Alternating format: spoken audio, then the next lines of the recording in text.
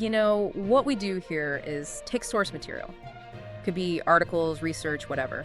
And we really dig in. We try to pull out the key bits of insight, the important stuff, just for you. Cut through the noise, essentially. Help you get right to the core. Exactly. Get right to what matters. And today, well, our source is an article from People. Okay. And it covers some very personal news about the actress Lisa Dwan. Right. The main thing in its sad news is that Lisa Dwan announced her father, Liam Dwan, has passed away. And the thing that really jumps out, right, the timing. Yeah, the timing is... The article points it out. It was just yesterday, Father's Day. Sunday, June 15th, 2025. I mean, sharing that kind of news on that day, that's really something. It adds such a layer, doesn't it? A real poignancy. Definitely. So that's what we're going to explore. We'll look at the details from the article, the context it gives about Lisa Dwan's life. And sort of unpack how this news was shared, especially on that specific date. What stands out? Okay, so the announcement itself, the article confirms it. Liam Dwan has died. And it gives his lifespan, too. 1939 to 2025. A long life, yeah. And she shared it through a tribute on Instagram. The article calls it emotional. Which makes sense. And it mentions photos. Yeah, several photos. Described as shots of her hugging her dad. Okay. Sitting together outside, looks sunny. Yeah. Another one like smiling by the sea with ice cream cones. Oh, wow. Isn't So that- it's very personal, very warm. They do. And her caption, Yeah. it's quoted in the piece, and it's powerful. She wrote, What did it say? Liam Dwan always knew how to make an entrance, and today, on Father's Day of all days, an exit. My dad, 1939, 2025, R.I.P. Don. Wow. Father's Day of all days. Right. That phrase really lands. It underlines why sharing it then felt significant. Absolutely. And there was more on Instagram stories. Yeah, a simpler tribute there, too. The article says it was a video, like a panning shot of a pond in a field, sunny day kind of thing, and just the words, R.I.P. Dad. So a couple of different ways she marked it publicly. And what's interesting, I think, is how the article then kind of zooms out a bit. How so? Well, it weaves this really sad news about her father with other details about her life right now.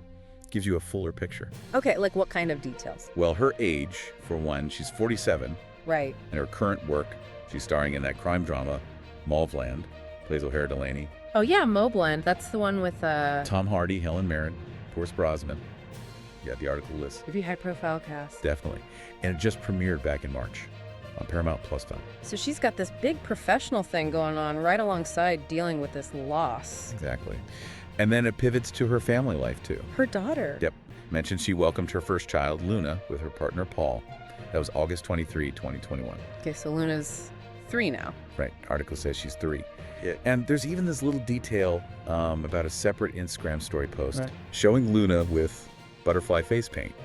Just a little slice of normal family life, I guess. Yeah, it grounds it a bit. And it mentions how she met her partner, Paul, When was that? at a theater in London, Jermyn Street Theater, during the pandemic in 2020. Right, okay. And wasn't there something about an older interview? Yes. Good point. It references a Guardian interview from 2021. So around the time Luna was born or just before? Exactly. And pulls some quotes, or paraphrases them, about her falling in love with her life again in London Okay. and, developing the relationship with Paul. And what about motherhood? Did she talk about that? She did. The article brings up that she talked about not underestimating the change motherhood would bring Yeah, that makes sense. and being ready to make her daughter the focus. Yeah. But also, and this is interesting, What? she talked about needing to keep her own identity. Having a duty, she said, to keep both hearts beating. Keep both hearts beating. I like that. Balancing act. Totally. So you see how the article pulls all these threads together? Yeah, it's not just the sad news, it's the news, the very specific timing. Right, Father's Day. Her career, her partner, her daughter, even these past thoughts on identity and motherhood, it's a lot of context. And that's what's sort of fascinating about how it's presented, isn't it? Yeah. It shows this moment of deep personal grief, but frames it within the ongoing reality of her life. She's not just grieving, she's also a working actor, a partner, a mom. Someone who's clearly thought about how to navigate these different parts of her life. Exactly. And choosing to share the news on Father's Day, it feels very intentional. Yeah, like a specific act of honoring that relationship on that day. It makes the public announcement feel even more personal, perhaps. It connects the loss directly to the day meant to celebrate fathers. Yeah, it's not just a date on the calendar, it's the date. Yeah. It shapes how you receive the news, I think. For sure. It gives you a glimpse, really, into how someone in the public eye might handle such a profound loss.